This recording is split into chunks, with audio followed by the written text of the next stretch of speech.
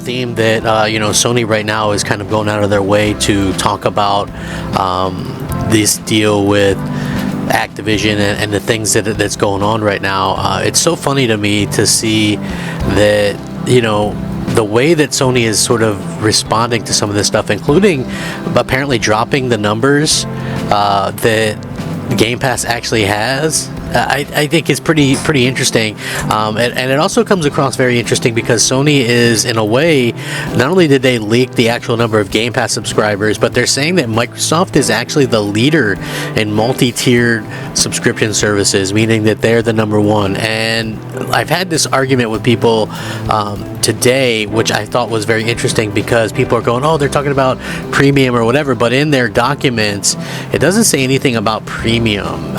It just mentions that Microsoft is a leader and redacts the actual number that Sony used to describe. But Sony 3 weeks ago announced that they had 45 million PlayStation Plus subscribers, and in this particular instance they mentioned that Microsoft is the leader. So it is funny to me that Sony is trying to come across as a victim here, when clearly they are anything but. But at the same time, I find it to be very funny that they are even attempting to do this, because it's basically straight out bold-faced lying at this particular point, trying to say what they say. And they say Game Pass leads PlayStation Plus significantly. Microsoft already has a substantial lead on multi-game subscription services. Game Pass has 29 million subscribers to Xbox Game Pass consoles and Game Pass Ultimate, and is expected to grow substantially in the future.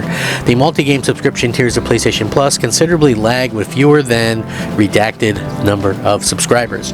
So are they lying? Who's lying here? Like, where's the button? Who's lying? Like that's the funny part. I want to get into this. What's up, everybody? Crap Gamer here with Crap Gamer Reviews, back with another video. Thank you so much for checking it out. Please leave a like on the video. It would help out tremendously. I'm looking to get 100 likes on each of these videos. Would be amazing, and would just make my day, if you guys could help me out and do that. That's all I want for Christmas, sir. 100 likes on my videos. Anyway, so Sony has made the claim now that Xbox Game Pass has hit 29 million subscribers. In a diatribe to regulators, Sony revealed Game Pass has hit a shiny new milestone.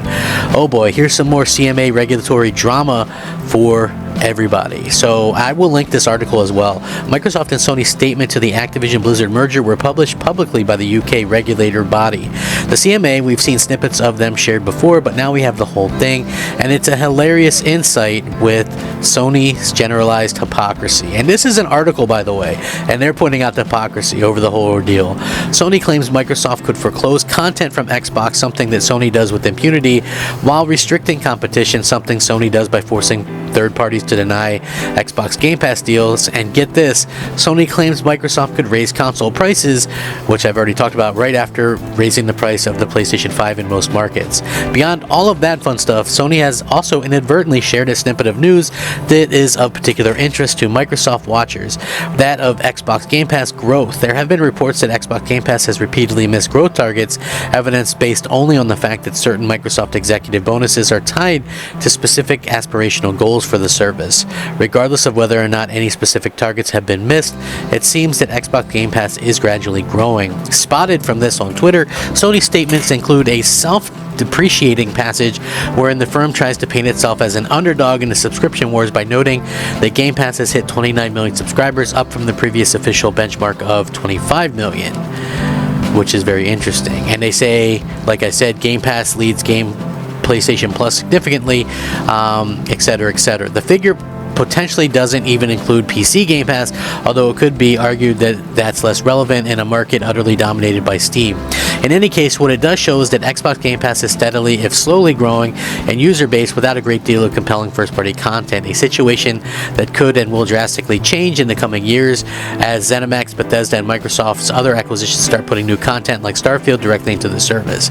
Naturally, Sony would be afraid of a universe where Call of Duty is $10 per month on Xbox, but $70 on PlayStation. But from a competitive and regulatory point of view, the picture Sony is painting here is disingenuous, as Sony fails to mention that it isn't even trying to compete in subscription services here, and half tempted to theorize that PSN Plus was just a half-hearted an effort the company cobbled together to paint itself as an underdog to regulators.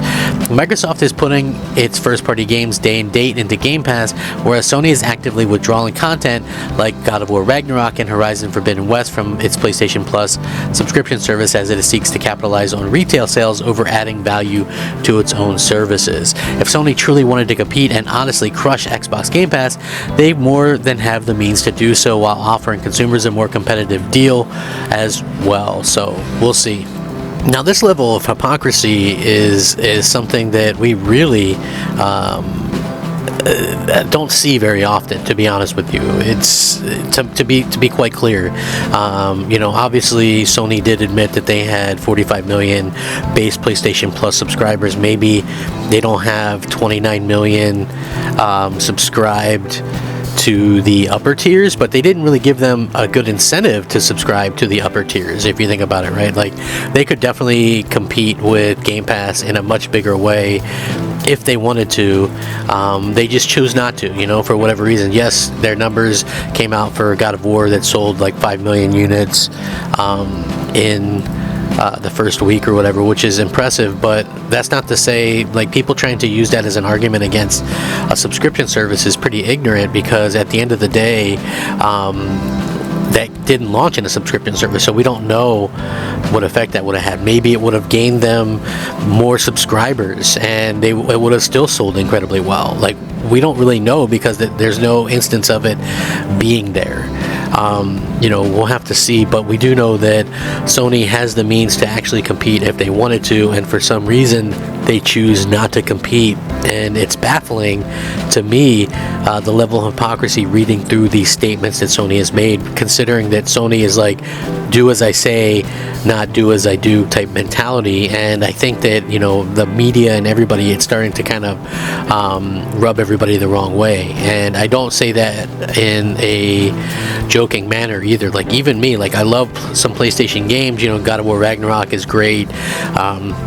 I like the Uncharted series and stuff like that, but it's honestly gotten to the point where I'm looking at this and I'm going, it's kind of crazy, that Sony gets away with what they get away with, and they're flat out basically saying, we deserve to be able to do this, this, and this, and throughout our history we've showed that we've done this, this, and this, but Microsoft should not be allowed that same opportunity to go out there and do that. And I find that to be the most fascinating part of this entire thing. So I know that some of you guys might feel differently than me, but I'd love to hear the thoughts and comments from people, because this is kind of a whopper, so to speak. They're really out there I just letting it all hang out, like, clearly caught lying now. They are clearly caught lying. It's so funny, and it's going to be even funnier when this stuff passes, and we're going to see. I don't think much will change in terms of when it passes. PlayStation will still be in Call of Duty for the foreseeable future, but we could see a huge spike in Game Pass, and obviously if you're a Game Pass subscriber, you get to look forward to, like, all the Call of Duties and all that stuff being in there as well, so that's going to be pretty big. Anyway, let me know what you guys think. Rack 'em up, fact 'em up, Crap Gamer 'em up. Thanks for watching. Crap Gamer out.